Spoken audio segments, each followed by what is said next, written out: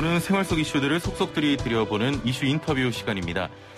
자, 전 세계 각국에서 백신 확보전에 돌입한 가운데 우리나라도 백신 확보와 접종 계획을 발표했습니다. 다국적 제약사 4곳에서 국민 4,400만 명분의 백신을 확보해 내년 2월에서 3월부터 들여올 예정인데요.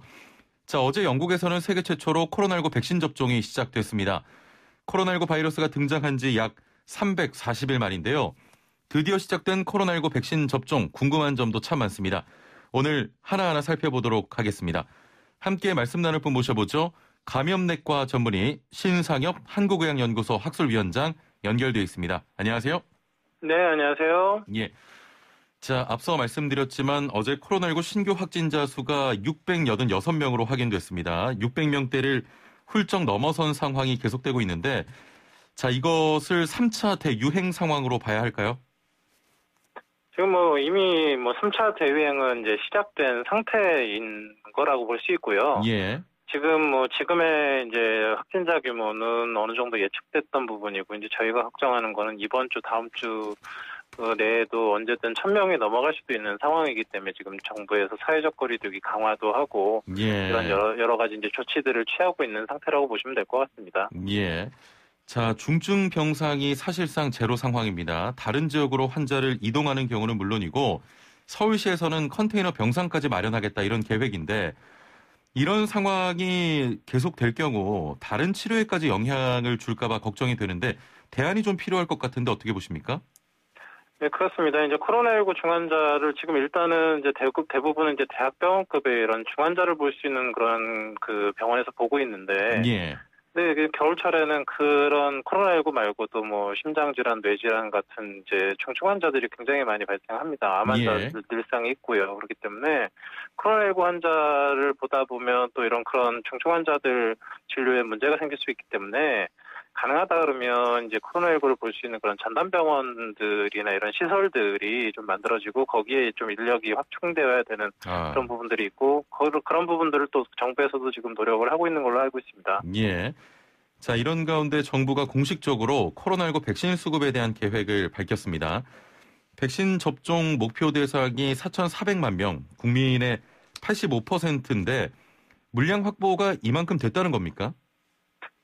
백신 확보 같은 경우는 이제 코백스 퍼실리티라는 국제연합을 위한 방법, 통해서 확보하는 방법하고 개별 기업과의 협상을 통해서 확보하는 이제 두 가지 경로를 이제 통해서 이루어지고 있는데요. 예.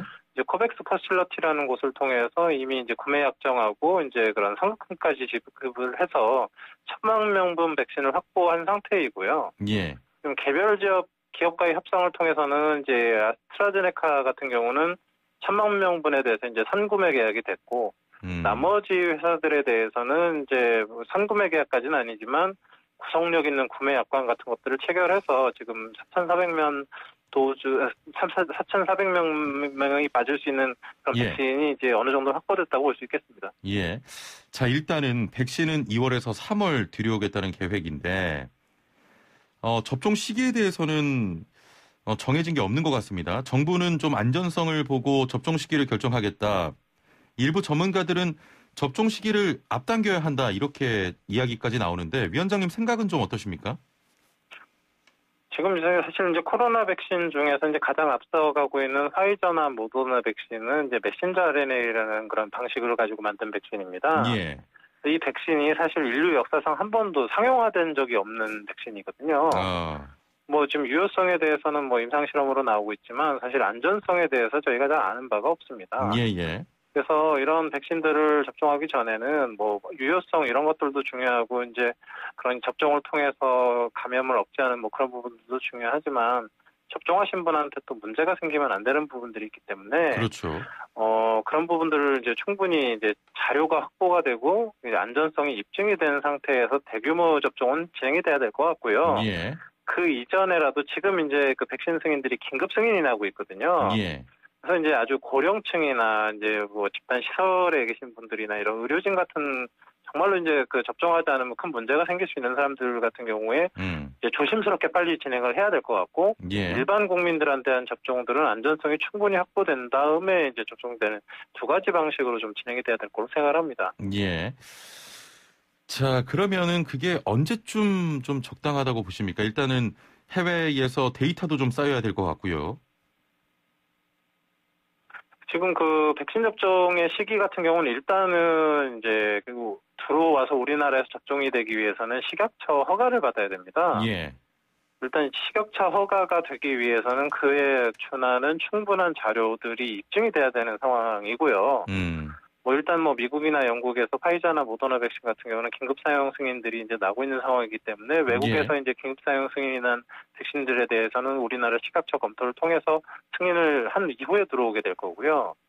아스트라제네카 백신 같은 경우는 지금 아직은 긴급 승인 단계는 아닌데 지금 자료들이 모여지고 그런 자료들을 이미 우리나라에서 선검토를 하고 있는 상태고, 예. 아스트라제네카 백신은 지금 국내 위탁 생산이 되기 때문에 도입 그런 게 아니라 국내에서 만들어서 배포가 가능한 그런 상황이기 때문에 아마도 가장 먼저 이제 백신 접종이 진행될 가능성이 많은데, 그런 이제 백신 도입의 시기, 그다음 승인 시기, 그리고 각 백신마다 유통하는 데 이제 지켜줘야 되는 그런 보관 방식들이 다 다르고 접종 횟수도 다 다르기 때문에 어떤 백신이 도입되느냐에 따라서 그 접종 시기와 방식들이 다 달라지게 될 수밖에 없습니다, 지금. 예. 자, 그래도 내년 하반기 전에는 가능할까요? 지금 아스트라제네카 백신 같은 경우는 이제 정식적으로 이제 그 승인을 받게 되면 그 다른 백신들에 비해서 좀 장점이 국내 생산이 가능할 뿐만 아니라 독감 백신이랑 똑같이 냉장 보관으로 유통이 가능하기 때문에 만약에 승인만 되고 접종이 진행된다 그러면 그 아스트라제네카 백신은 비교적 빠른 시기에 이제 접종 진행이 될 수 있고요. 근데 화이자나 모더나 mRNA 백신은 뭐 영하 70도나 영하 20도 같은 그런 굉장히 강력한 저온의 그런 그 유통 보관이 필요하기 때문에 화이자 백신 영하 70도는 그냥 일반적인 유통으로는 가능하지 않기 때문에 아마 각 지역별로 필요한 그런 센터 같은 것들이 구성이 돼서 그 저온고가 있는 곳에서 접종이 이루어지는 이런 다양한 방식들이 아마 이제 진행이 될 것 같습니다. 예. 자, 우리나라에선 4개 기업의 백신을 맞게 될 예정입니다. 어떤 것들입니까? 지금 뭐 우리나라에 이제 뭐 좀 말씀드렸지만 아스트라제네카, 화이자, 얀센, 모더나 이 4가지 백신들이 지금 이제 확보가 된 상태라고 볼 수 있습니다. 예. 자, 원리가 좀 다르다고 하는데 이게 어떤 차이가 있는 겁니까? 이제 백신은 이제 제조 방식에 따라서 이제 크가지 4가지 방식이 있습니다. 이제 RNA나 이런 유전자 백신이 있고, 전달체 백신이 있고, 합성항원 단백질 백신이 있고, 이제 흔히 쓰는 사생 백신 이런 바이러스 백신들이 있는데, 지금 도입될 화이자나 모더나 백신은 이제 유전자 백신 중에서도 메신저 RNA라는 것들을 가지고 만드는 백신이고, 아스트라제네카랑 이제 존슨앤존슨의 얀센 백신은 바이러스의 전달체 유전자를 담아 만드는 전달체 백신입니다. 근데 이제 이런 백신들은 이제 안전성과 유효성 2가지 요소를 모두 다 갖춰야만 이제 백신 접종이 가능한데요. 그 제조 방식에 따른 백신의 효과 차이는 사실 그 대동소이하다고 보는 게 맞는데 이 각 백신별로 반드시 지켜줘야 되는 유통 보관 방식이 다 다르고요. 또 부작용들이 조금씩 다를 수가 있습니다. 근데 아까 말씀드렸지만 화이자나 모더나의 이 백신은 아직 관련 기술로 상용화된 백신이 한 번도 없었기 때문에 지금 다른 나라에서 접종되는 걸 좀 주의 있게 봐가면서 정말 부작용이 없는지 이런 안전성에 관한 부분들에 대해서 좀 더 면밀히 검토가 필요한 그런 상황이라고 볼 수 있습니다. 자, 말씀하신 4개의 백신, 아스트라제네카, 화이자, 모더나는 2회 접종해야 되고 얀센은 1회만 접종하면 되는 거죠? 네, 그렇습니다. 그래서 그 얀센의 백신은 이제 그런 장점이 있습니다. 그래서 한 번만 접종해도 되고 냉장 보관이 가능하고 뭐 국내 위탁 생산이 되지는 않지만 장점이 있는데 아직은 이 그 3상 시험이 진행 중이기 때문에 그 결과에 따라서 이제 그 이후에 이제 승인 절차가 진행될 거라서 약간 좀 늦어질 것 같습니다. 아스트라제네카 같은 경우에는 임상시험 중간 결과에서 논란도 있었고 어제 접종을 시작한 영국은 자국 제약사인 아스트라제네카가 아닌 화이자를 선택했습니다. 그러면서 문제가 있는 게 아니냐 이런 지적도 있는데 이거 어떻게 봐야겠습니까? 이제 그 임상 3상 시험을 하다가 이제 일시적으로 중단됐다 다시 시작된 이런 것들은 사실 대부분의 백신들이 다 거쳐야 되는 뭐 당연한 그런 수순 중에 하나라고 볼 수 있고요. 멈췄다가 중단이 되면 이제 문제지만 다시 이제 임상시험이 시작됐다라는 거는 그게 이제 큰 문제가 아니었다라는 걸 이제 반증하는 상황이라고 보시면 될 것 같고. 예. 근데 문제는 이제 백신은 개발됐다고 바로 접종할 수 있는 게 아니라 이제 각 나라의 이제 식약처의 승인을 받아야 되는데. 예. 화이자 백신이 이제 가장 빨리 승인이 됐기 때문에 영국에서 가장 빨리 접종이 되고 있는 거고요. 아스트라제네카 백신은 지금 아직 긴급 사용 승인을 위해 추가 검증이 필요한 그런 자료들을 접수해 놓은 상태라서 예. 영국에서 뭐 접종을 늦게 하고 싶어서 하는 게 아니라 승인 절차를 지금 밟고 있는 상태인 거라고 보시면 될 것 같습니다. 아, 승인 절차가 진행 중이군요. 예. 예. 아무래도 이 백신의 안전성에 대한 이야기 계속 나눌 수밖에 없을 것 같습니다. 새로운 백신 개발에 10년 이상씩의 시간이 필요하다고 하는데 이번 백신들은 대부분 1년도 채 안 된 시간에 만들어지면서 이런 걱정이 계속되고 있는데 어떻게 보십니까? 뭐 그런 부분들도 물론 좀 있을 수는 있는데요. 예. 사실 뭐 실제로 인류 역사상 가장 빨리 개발된 백신이 한 4, 5년 정도 걸렸습니다. 예. 대부분의 백신들이 이제 10년 이상의 시간을 투자를 해서 이제 대부분 이제 상용화가 돼서 시판돼서 접종이 되었었는데요. 근데 지금 코로나 백신 같은 경우는 지금 당장에 전 세계적으로 필요성이 인정이 됐기 때문에 이제 기업 차원에서의 그런 개발적인 그런 백신 개발이 아니라 미국 등 선진국에서는 그 비용 막 엄청난 비용이 드는데 그 비용을 대부분 정부 차원에서 지원을 해서 예. 그리고 지원이 되고 진행이 됐기 때문에 뭐 빨리 진행됐다고 뭐 문제가 된다기보다는 그만큼 많은 역량을 투여해서 시간을 단축했다 이렇게 보는 게 맞는 것 같고요. 예. 다만 말씀드렸지만 이제 그 mRNA 백신이도 그렇고 이 코로나 백신 자체가 사실 뭐 처음 만들어진 백신들이기 때문에 예. 효과도 효과지만 이 안전성에 대한 그런 그 우려들이 당연히 있을 수밖에 없어서 예. 우리 정부에서도 그런 부분들을 이제 가장 이제 관심을 가지고 이제 그 접종하기 전에 이제 고려를 하고 있는 걸로 알고 있습니다. 예. 자, 백신이 들어온다면 우리나라에도 저도 사실 좀 걱정이 될 것 같아요. 부작용 같은 부분에. 서양 지금 영국 같은 경우가 이제 백신 접종을 시작했는데 우려가 되면서도 그냥 맞는 겁니까? 이 백신을? 뭔지 말 그대로 지금 정식 승인이 된 게 아니고 예. 긴급 사용 승인이 된 겁니다. 어느 정도의 효과는 입증됐고 안전성도 뭐 큰 문제가 없다 이 정도의 그 삼상시험 결과밖에 없는 상태이기 때문에 예. 긴급 사용은 말 그대로 이 접종을 맞지 않으면 돌아가실 수 있는 분들에 대해서 긴급하게 사용을 하는 거고요. 그러니까 그 효과와 그 위험성을 저울질했을 때 효과가 더 좋다라고 판단하는 긴급한 사람들한테 접종이 되고 있는 상황이라고 보시면 될 것 같고요. 예. 일반 사람들한테 접종하고 이런 것들은 충분한 안전성을 확보해야 되기 때문에 제가 보기에는 정식 사용 승인이 된 그런 이후쯤 돼야 될 것 같고, 근데 그런 이제 긴급 사용이 되다 보면 이제 굉장히 많은 이제 경험들이 쌓이기 때문에 또 어찌 보면 또 그 정식 사용 승인이 또 빨라지는 부분들이 있을 수 있기 때문에 좀 시간을 두고 이 이제 긴급 사용 승인을 받고 접종하는 나라들의 이제 추이를 봐야 될 것 같습니다. 예. 자, 각 제약회사에서 이런 부작용에 대해서 면책 요구, 그러니까 책임을 좀 면하게 해달라 이런 요구를 했습니다. 우리나라뿐만 아니라 모든 국가에 공통적으로 요청되고 있는 것으로 알고 있는데 이게 일반적인 상황입니까? 사실 뭐 다른 백신에서는 뭐 없었던 일이죠. 예. 이제 어찌 보면 면책 요구를 해달라는 거는 좀 이제 무리한 요구이긴 한데 예. 지금 이 백신이 워낙에 이제 긴급한 상황에서 급하게 만들어졌던 상황이기 때문에 뭐 제약회사도 정부도 사실 어느 누구도 완벽한 안전성을 담보할 수 있는 상황은 아닙니다. 예. 근데 제약회사 입장에서는 이게 한두 군데라도 큰 문제가 생기게 되면 뭐 지금 뭐 너무나 이제 문제가 생길 수 있기 때문에 그 책임을 갖다가 이제 정부와 어느 정도 나눠야 되는 부분들이 전 분명히 필요할 수 있고 책임을요? 그런 요구를 이제 한다라고 보는데요. 예. 대부분의 선진국도 우리나라도 그렇지만 이제 그 필수 예방 접종 과정에서 사실 심각한 부작용이 생기면 심의위원회를 거쳐서 제약회사가 아니라 우리나라에서 보상을 해주고 있거든요.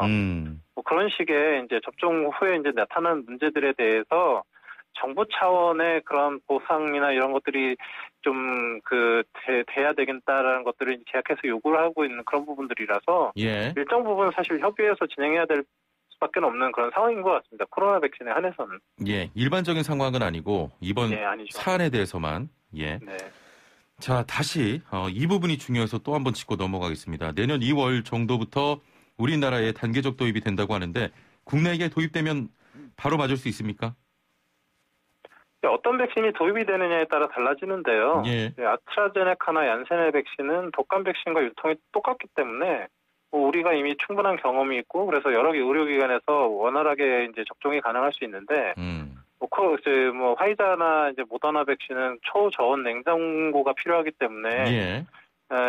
일반 의료기관에서 접종하기가 거의 불가능하고 그런 이제 초저온 유통과 이런 접종이 가능한 그런 센터들이나 이런 것들이 지역마다 아니면 이렇게 만들어져야 될 가능성이 좀 있습니다. 그래서 그런 부분들을 지금 이제 그런 게 준비가 되기 전에는 접종을 할 수가 없기 때문에 네, 그런 관련된 부분들에 대한 준비들을 지금 정부가 하고 있다고 지금 어제 발표를 했습니다. 예. 자, 방금 말씀하신 것처럼 화이자 백신의 경우에는 영하 7, 80도의 초저온 상태에서 유통이 돼야 되는데 지난번에 유통 과정에서 좀 문제가 발생했잖아요. 지금 이런 유통 과정을 우리 정부에서 좀 처리할 수가 있습니까? 사실 독감 백신은 그렇게 경험이 많은데도 사실 문제 발생해가지고 회수도 되고 그런 일이 발생했지 그렇습니다. 않습니까? 독감 백신의 경우. 그래서 이 화이자나 모더나 백신은 효과도 좋고 그렇긴 한데 이 이제 초저온 냉동 상태에서 이송도 돼야 되고 또 잘 보관을 한 상태에서 이제 접종이 진행돼야 되는데 이제 그런 것들을 이제 일본 기본 초저온 냉장고 굉장히 비싸기도 하고 그렇게 쉽게 이제 구할 수도 없고 그런 상태이기 때문에 일상적인 그런 의료기관에서 쉽게 접종할 수가 없어서 대부분의 나라들이 제가 알기로는 백신 접종 센터 같은 것들을 지역이나 이런 데서 만들어가지고 그 센터에서만 그 백신을 접종할 수 있게 이런 식으로 진행을 하게 될 걸로 보이고 아마 우리나라 정부에서도 그런 만약에 초저온 접종 화이자나 모더나 백신 그런 것들 경우는 그런 것들을 고려하지 않을까 이제 생각을 하고 있습니다. 예. 자, 백신 접종이 시작되면 우선 접종 순위, 접종 우선권을 놓고 갑론을박 펼쳐지고 있는데 영국은 고령층부터고 우리나라는 의료진부터입니까? 대부분은 똑같습니다. 이제 대부분 나라들 WHO의 권고사항도 그렇고 노인, 집단시설 거주자, 만성질환자, 의료진, 군, 경찰 등 사회 필수 인력 이런 사람들이 우선 접종 대상자일 수밖에 없거든요. 왜냐하면 접종을 하지 않은 노인들은 사망하실 수도 있는데 이 접종이 그런 것들을 막아줄 수 있거든요. 그리고 유럽 같은 경우는 좀 올해 초에 대유행을 할 때 사망자의 반 이상이 요양시설에서 나왔습니다. 그래서 이제 이런 각 나라마다의 특징이 다르고 그렇기 때문에 각 나라에 맞는 우선순위가 정해져야겠지만 큰 틀에서는 노인이나 이런 만성질환자, 의료진들, 집단시설 거주자 이런 분들이 우선적으로 접종하게 될 것으로 보입니다. 자, 미국 같은 경우에는 간호사협회에서 백신에 대한 안전성 우려를 지적하면서 우리는 의무 접종을 하지 않겠다 이런 의견을 냈는데 우리나라도 사실 이 백신이 부작용 때문에 맞지 않겠다 이런 분들도 있지 않을까요? 아직 심각한 부작용이 나타난 경우는 없습니다만 말씀드렸지만 이 모더나나 화이자 백신 같은 경우는 이 백신 제조 방식 자체가 사실 인류 역사상 처음이기 때문에 안전성에 대한 충분한 데이터가 쌓이지는 않은 상태입니다. 근데 이제 장기간의 그런 사용 이력이 없기 때문에 이제 이런 우려를 하는 게 어찌 보면 당연한 상황일 수도 있고요. 그래서 이제 접종이 진행돼 가는 걸 봐가면서 안전성이 확보되고 정신 승인이 나오고 이런 상황에서 접종을 하겠다라는 그런 사람들도 있을 수 있고 의료진 중에서도 그런 생각을 갖고 있는 사람들이 있을 수도 있습니다. 그래서 그런 부분들은 이제 조율해 나가야 될 부분이고 근데 지금 아직은 데이터가 없는 상황에서 결정을 할 수 있는 상황은 아니라고 생각합니다. 자, 마지막으로 한 가지만 여쭙겠습니다. 백신의 예방 효과에 대해서도 걱정되는 부분이 효과가 없어서 접종 후에도 감염될 수도 있지 않겠습니까? 만약에 그렇게 되면 방역에도 혼선이 생기지 않을까요? 접종을 했다고 방역에 혼선이 생긴다기보다는 접종을 해도 보통은 이제 독감 백신도 한 6개월 지나면 효과가 없어지거든요. 코로나 백신 역시 무슨 1년, 2년 가지는 않을 것 같고 몇 개월 정도 가게 될 것 같은데 아직 그조차 연구가 되어 있질 않습니다.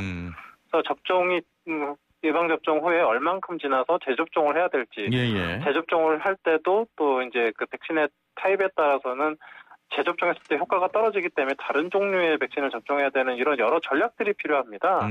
방역에 혼선이 생기진 않지만 이미 우리가 문제에 대해서 알고 있기 때문에 미리 대비를 해야 될 부분들은 분명히 있습니다. 예, 알겠습니다. 자, 오늘 말씀 여기까지 듣겠습니다. 감사합니다. 네, 고맙습니다. 네, 지금까지 신상엽 한국의학연구소 학술위원장이었습니다.